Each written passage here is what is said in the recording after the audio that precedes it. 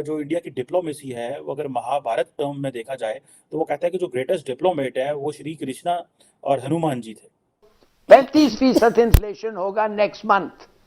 ये एक कैटास्ट्रॉफिक एक इस किस्म का डेवलपमेंट है। बिकॉज इंडिया के जो नेशनल सिक्योरिटी एडवाइजर हैं अजीत डोभाल साहब वो अमेरिका आ रहे हैं, ऑब्वियसली बड़े स्ट्रेटेजिक लेवल पे डायलॉग हो रहा है। इस वीडियो को लाइक करिए, हमारे चैनल को सब्सक्राइब करिए, बेल आइकन दबाना बिल्कुल मत भूलिएगा। और खास तौर से दोस्तों वो हमारे दोस्त, वो हमारे व्यूअर्स जो वीडियोस देखते हैं लेकिन यार सब्सक्राइब नहीं करते, तो बेल आइकन दबाइए और सब्सक्राइब करिए। लेकिन साथ ही कल डॉक्टर जयशंकर जो मिनिस्टर फॉर एक्सटर्नल अफेयर्स हैं उन्होंने फिर पाकिस्तान को जो है वो टारगेट किया और कहा कि the country with sponsors terrorism, support terrorism, और हमारा मसला ये है कि हमारा नेबर पाकिस्तान है। डॉक्टर जयशंकर को सुने तो वो कहते हैं कि जो इंडिया का जो स्ट्रेटेजिक कल्चर है वो the strategic culture needs to come from आपकी वो जो जिसे कहते हैं ना कि हिस्ट्री, वैल्यूज, कल्चर, इन चीज़ों से आता है। और वो प्रॉपरली कहते हैं कि जो इंडिया की डिप्लोमेसी है वो अगर महाभारत टर्म में देखा जाए तो वो कहता है कि जो ग्रेटेस्ट डिप्लोमेट है वो श्री कृष्णा और हनुमान जी थे। This is what he is saying. And then doctor Jaishankar को अगर आप आगे सुने तो वो कह रहे हैं कि जो आज आप मल्टीपोलर इंडिया की बात कर रहे हैं तो that used to come from Kurukshetra जो थे उनकी तरफ से आती है। फिर एक फॉर एग्जांपल नॉन अलाइंड थे, कुछ ऐसे लोग भी थे, लॉर्ड्स थे जो बलारामा और रुक्मा जो थे वो नॉन अलाइंड थे। तो इसी तरह फॉर एग्जांपल अरुण की वो बात करते हैं कि वो इमोशनली इंटरडिपेंडेंट थे। और कुछ ऐसे भी थे जैसे फॉर एग्जांपल कृष्णा जो थे वो स्ट्रेटेजिक पेशेंस दिखाते थे और बहुत चीज़ों को फॉरगिव कर देते थे। अब नॉट इसी तरह और बहुत सारी चीज़ें हैं कि आजकल क्योंकि दुनिया में रूल्स बेस्ड ऑर्डर की बात हो रही है तो करण जो थे वो इस तरह की चीज़ें जो है वो कहा करते थे। Prime minister Modi is talking about this new India और वो कहते हैं कि जी फॉर एग्जांपल अगर आप एक 5 इंपॉर्टेंट पॉइंट्स हैं जो मेरा ख्याल है कि इंडियन गवर्नमेंट जो है they are working on that. और उसमें जो है वो कहते हैं कि जी हम अगले 25 ईयर्स में इंडिया को एक डेवलप मुल्क बनाना चाहते हैं।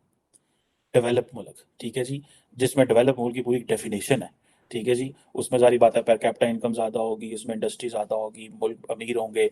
मैं कल किसी से बात कर रहा था हम यहाँ पे कि आज इंडिया की अगर लेट से जीडीपी 3-4 ट्रिलियन की है, लेट से ये 30 ट्रिलियन की है, 20 ट्रिलियन की होती है, 25 ट्रिलियन की होती है, तो look at the confidence India will have and look at how जो इंडिया के जो इंफ्रास्ट्रक्चर किस तरह का बढ़ेगा और जिस स्पेस से वो ग्रो कर रहे हैं 6-7% पे, that is something which is very very very important to look at.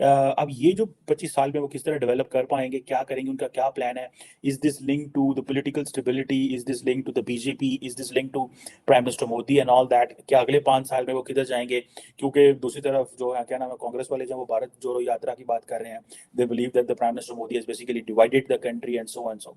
अब दूसरी चीज़ ये है कि जो ये बात करते हैं कि हमें अपने आप को कॉलोनियल माइंडसेट से लिबरेट करना है, जो कि अगर आपको याद हो जो क्या नाम है उनका ये जो बीबीसी की फॉर एग्जांपल डॉक्यूमेंट्री आई है, इसको उन्होंने सारा इंडिया उठ खड़ा हुआ, इंडियन मीडिया उठ खड़ा हुआ। हालांकि इंडियन मीडिया के बारे में कहा जाता है कि normally they do the governments line and all that, लेकिन ये जो चीज़ है कि जी कॉलोनियल माइंडसेट, सो ये टर्म बेसिकली और ये थॉट जो है कि इंडिया जो कॉलोनियल जो जिसे कहते हैं ना माइंडसेट को चैलेंज करेगा और ये कॉलोनियल उससे निकल आएगा, लिबरेट करेगा। अब ये किस हद तक कर पाएगा, कैसे होगा, इसके लिए क्या करना पड़ेगा। जैसे फॉर एग्जांपल मैं देख रहा था एक बड़ी अच्छी जर्नलिस्ट है पलकी शर्मा, आई थिंक पहले व्योन में होती थी, अब उन्होंने एक और प्लेटफॉर्म ज्वाइन कर लिया है। तो वो शी वाज टॉकिंग कि जी वो अपने पहले एक शो में बात कर रही थी कि बीबीसी जो है उसने इंडिया पे बात की है, तो बीबीसी इंग्लैंड के अंदर क्या है, ये वो बीबीसी है जो रॉयल फैमिली के बारे में क्या बात करता है, इसको गवर्नमेंट ऑफ जो मल्का बरतानिया वो क्या करती है। बीबीसी का जो चीफ एग्जीक्यूटिव है उसने फॉर्मर प्राइम मिनिस्टर को लोन लेने में मदद की। मतलब बहुत सारी चीज़ें हैं जो वो उखाड़ के रख रहे थे सामने, और जारी बात है देवर challenging.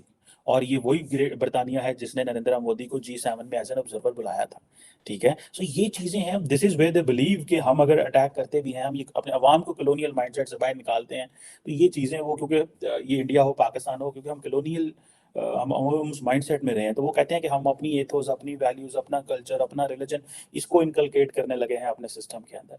And then third point is कि वो अपनी जो कल्चरल हेरिटेज है रिच, वो कहते हैं जी हमारा जो सिविलाइजेशनल हेरिटेज है हम उसको देख रहे हैं, उसको हम उसमें प्राइड लेना है, जो हमारी वैल्यूज़ हैं उसमें हमें वो प्राइड लेना है। और this is what they believe कि जी ये अगर हमने ये प्राइड ना लिया तो हम अब उस पोजीशन में नहीं होंगे जो चीज़ें होनी चाहिए। लेकिन ये अगर आप देखें कि जो क्या नाम है उसका ये वो वैल्यूज हैं जो बेसिकली इंडिया के अंदर तब्दील हो रही हैं, चीज़ें चेंज हो रही हैं। और इसी तरह वो कहते हैं जी हमें यूनिटी एंड सॉलिडारिटी की बात करनी है। अब ये यूनिटी एंड सॉलिडारिटी के ऊपर बड़े सारे क्वेश्चंस हैं जो कि इंडिया के ऊपर लग रहे हैं कि इंटरनल क्या चैलेंजेस हैं एंड ऑल दैट। पाकिस्तान एक रोग नेशन है, जो भी एक न्यूक्लियर पावर है उसके पास एसेट्स हैं और न्यूक्लियर एसेट्स हैं, लेकिन ये एक लाइबिलिटी भी बनी हुई है। अनफॉर्चुनेटली पाकिस्तान हमारा नेबर है, हम अपने रिश्तेदार तो चुन सकते हैं, हम अपने नेबर जो है वो नहीं चुन सकते, उसको चेंज नहीं कर सकते। So it's a reality. सो हमें पाकिस्तान के साथ रहना है, लेकिन हमें जिसे कहते हैं ना ऐसे। सो लेकिन वो बड़े clearly was very smart enough कि जो पाकिस्तान की जो अपनी बुक की वो कर रहे थे, not to talk what's happening inside Pakistan में क्या हो रहा है। और क्योंकि उनको पता था अगर मैं इंटरनल बात करूंगा तो जवाब आएगा, बहुत कुछ होगा। सो वो एक जो स्टेटेड पोजीशन है भारत की on on on on what जो कि जी वो दहशतगर्दी को स्पॉन्सर करते हैं, सपोर्ट करते हैं, और ये सारी चीज़ें हैं जो है वो कर रहे हैं। लेकिन ये जो मैं आपको बता रहा हूँ कि वो they are defining the Indian strategic culture from purely a different lens. बिल्कुल वो एक डिफरेंट लेंस से इंडियन स्ट्रेटेजिक कल्चर को डिफाइन कर रहे हैं। अब वो कह रहे हैं कि जी आपने नॉन अलाइनमेंट मूवमेंट की बात करनी है, आपने स्ट्रेटेजिक पेशेंस की बात करनी है, आपने डिप्लोमेसी की बात करनी है, तो हमारे सारे भगवान जो हैं वो they have been talking all that, ठीक है। जैसे मुसलमान है वो हम कहते हैं कि जी नबी पाक सल्लल्लाहु अलैहि वसल्लम जो है उन्होंने बहुत सारी जो अपनी उनकी जो तालीमात हैं उस वक़्त जो मुख्तलिफ मज़ाहब के साथ डील करना, इस्लाम का जब फैलाना था, तो जो पॉलिटिक्स थी, जो चीज़ें थी, वो सब कुछ जो था उन्होंने पेशेंस दिखाया। वो डिप्लोमेट थे, वो पॉलिटिशियन थे, वो लीडर थे, जिस तरह मुसलमान गिनवाते हैं, हमें पढ़ाया भी जाता है। इसी तरह वो कह रहे हैं कि जो हमारे जो लॉर्ड्स थे, जो जो हमारे भगवान थे, वो they were all doing this and they had these capabilities. हमें उन चीज़ों को जो है वो आज अगर रूल बेस्ड की बात हो रही है तो हमारे जो थे वो जो भगवान थे दे वर इनटू इट। अगर आज टेक्टिकल एडजस्टमेंट की बात हो रही है तो हमारे भगवान जो थे दे वर इनटू दिस। तो आज अगर स्ट्रेटेजिक डिसेप्शन की बात हो रही है तो कृष्णा जी जो थे दे वर इनटू इट। सो ये चीज़ें जो हैं, ये आप अगर आपको देखें कि ये they are making purely an India which is completely different, which the previous governments have been thinking.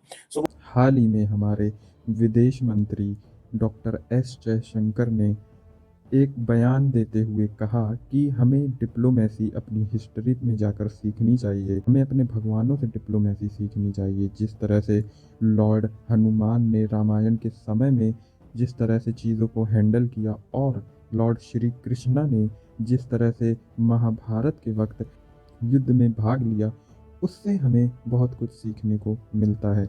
और यही देखते हुए पाकिस्तानी मीडिया बोल रहा है कि ये भारत की स्ट्रैटेजिक थिंकिंग में एक पैराडाइम शिफ्ट है, जो कि भारत को एक नई ऊंचाई पर ले जा सकता है। साथ ही साथ भारत की हमेशा से ही एक इंडिपेंडेंट फॉरेन पॉलिसी रही है, जो इस चीज़ को और फर्म करने वाला है। पाकिस्तान का मीडिया ये भी देखता है कि भारत की जो फॉरेन पॉलिसी है वो इतनी ज़्यादा इंडिपेंडेंट है कि वो किसी के भी इन्फ्लुएंस में अपने फैसले नहीं लेते। हमारी फॉरेन पॉलिसी के मुताबिक हम वो करते हैं जो हमारे नेशनल इंटरेस्ट में होता है, जबकि पाकिस्तान के साथ ऐसा नहीं है। पाकिस्तान के मुंह पे जो डॉलर फेंकता है वो उनके होकर रह जाते हैं और वही करते हैं जो वो देश कहते हैं, फिर वो चाहे अमेरिका हो या फिर सऊदी।